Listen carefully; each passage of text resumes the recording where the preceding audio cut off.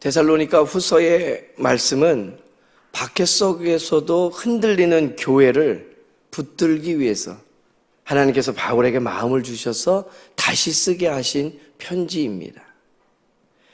이 3장에는요, 박해받고 있던 현실과 그 안에 어수선함 속에서 나아오는 종말에 대한 이야기가 오해를 낳아서 실제 문제를 일으키고 있는 교회에 대한 이야기입니다. 핍박이 찾아왔습니다. 그런데 종말이 얼마 남지 않았대라는 말이 뭔가 교회를 뒤흔들어 놓고 어수선하게 만들고 있습니다. 그로 말미암아 파생되는 것들은 게으름과 무질서였습니다.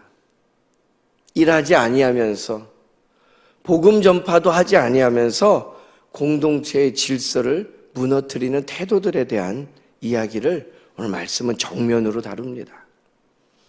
교회가 흔들릴 때요, 하나님께서 바울을 통해 두 가지를 붙잡으라고 가르쳐 주십니다.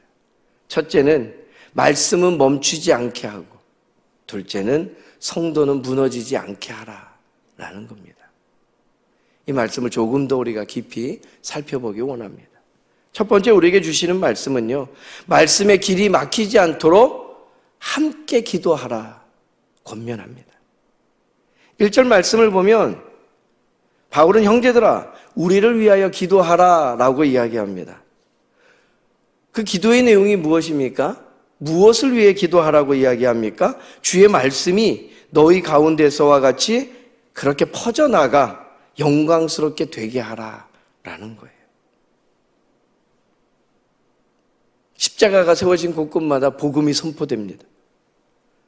근데 복음은 우리는 사람이 전하는 거라고, 사람이 달려나갈 때 되는 거라고 생각하는데, 오늘 말씀을 읽다 보면 하나님의 말씀 그 자체가 우리에게 찾아오고 들려주고 생명을 주고 영향을 준다라는 것들을 알게 합니다.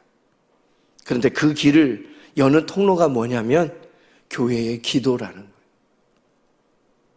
교회의 기도가 끊어지면 말씀도 멈추게 됩니다. 기도가 막히게 되면 말씀이 전하여지고 복음이 선포되는 일도 막연해지는 거예요. 바울은 기도하라라고 이야기하면서 2절의 말씀에 이어지는 것을 보면 악한 사람들에게서 건져내기를 위해서 또한 기도하라고 이야기합니다. 당대에 박해도 있었습니다. 방해도 있었습니다. 오해도 있었습니다. 하지만 바울의 확신은 너무도 분명했습니다. 3절 말씀입니다. 우리 한 목소리로 받들어 읽겠습니다. 주는 미쁘사 너희를 굳건하게 하시고 악한 자에게서 지키시리라. 아멘. 하나님의 뜻이 어디에 있는지 알기 위해서 기도하라는 거예요. 하나님께서는 성도를, 그 믿음의 공동체를 굳건하게 지켜주시길 원하고 악한 세력으로부터, 핍박하고 방해하는 세력으로부터 지켜내시기를 원합니다. 그 하나님의 뜻이 그러함을 흔들리는 시대에 기도함으로 알게 되고 초점을 하나님의 마음에 두게 됨으로써 견디게 되고 이기게 하신다라는 거죠. 기도는 때로는 상황을 바꾸기도 하지만 먼저는 우리의 믿음을, 그 믿음의 사람들을 굳건하게 세워주는 것에 힘이 있습니다. 그리고 이어지는 5절 말씀을 보면 바울은 기도의 목표를 우리에게 이렇게 잡아줍니다. 하나님의 사랑과 그리스도의 인내에 우리의 마음이 이르도록. 하나님의 변하지 않는 사랑이 나를 여전히 지키고 인도하시는구나. 그러니 이때 나는 주님이 주신 그 십자가 생각하며 묵묵히 이 믿음의 길을 걸어가야 되는구나. 교회가 해야 될 일은요, 단순히 형통을 구하는 일만 하는 것이 아닙니다. 사랑으로 버티게 하고 인내로 걸어가게 하는 것. 이 믿음의 공동체의 기도가 그러한 능력을 보게 할 줄로 믿습니다. 주일에 우리가 느헤미야서의 말씀에 대한 이야기를 좀 나눴고 이어지는 재직 세미나에서 좀 더 다뤘습니다. 느헤미야서를 보면 방해꾼들이 회방을 놔요. 그것을 맞서서 성벽을 재건해 나가는데 백성들의 역할은 뭐였냐면 기도하고 파수하는 일이에요.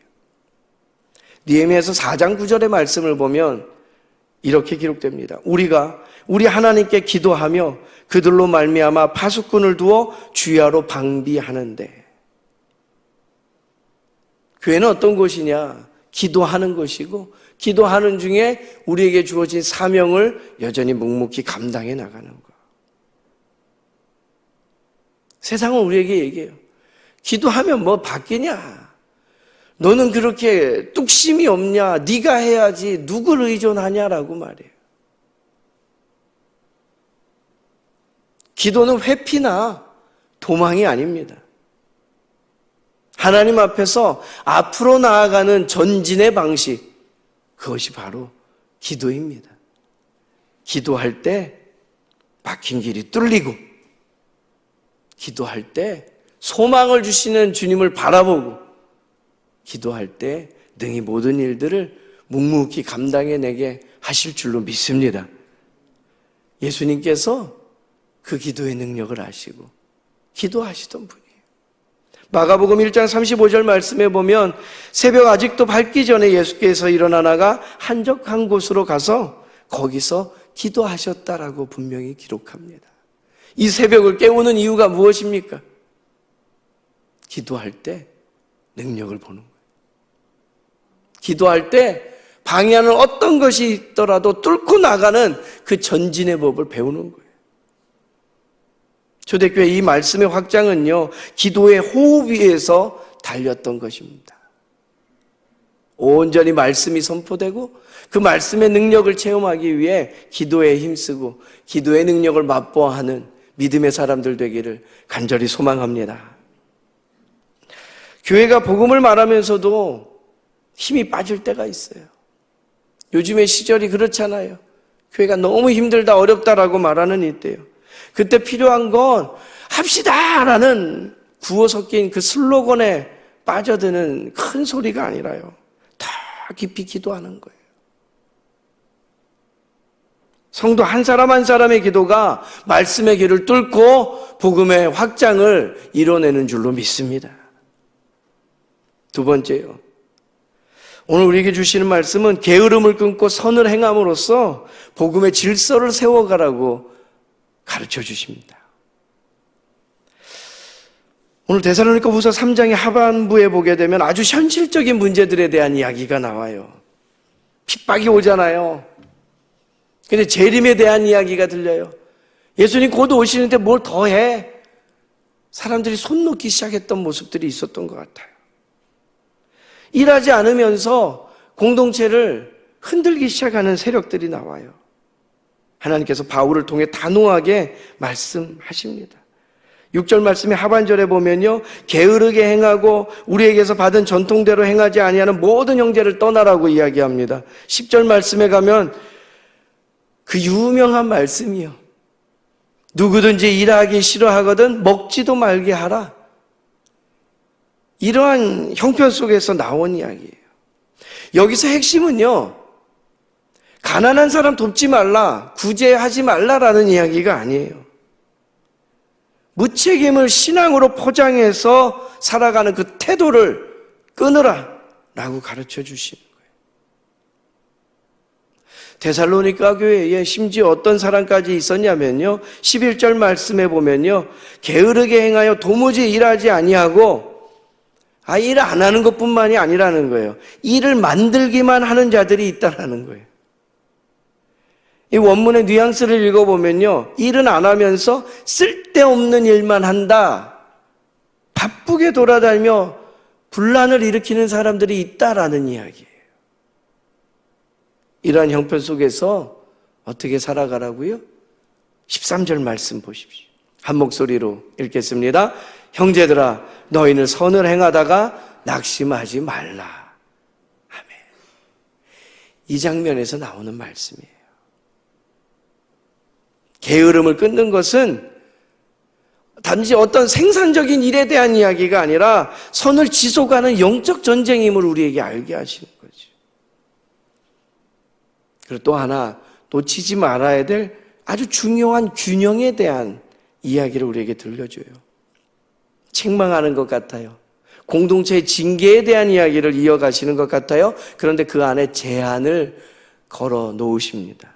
15절 말씀해 보면 원수같이 생각하지 말고 형제같이 권면하라 말씀하셔요. 누군가를 변화시키고 회심에 이르기에 우리가 수고하고 애쓰는 건 그 사람을 배제시키는 이야기가 아니라는 거예요. 한 영혼의 회복을 위한 이야기라는 거예요.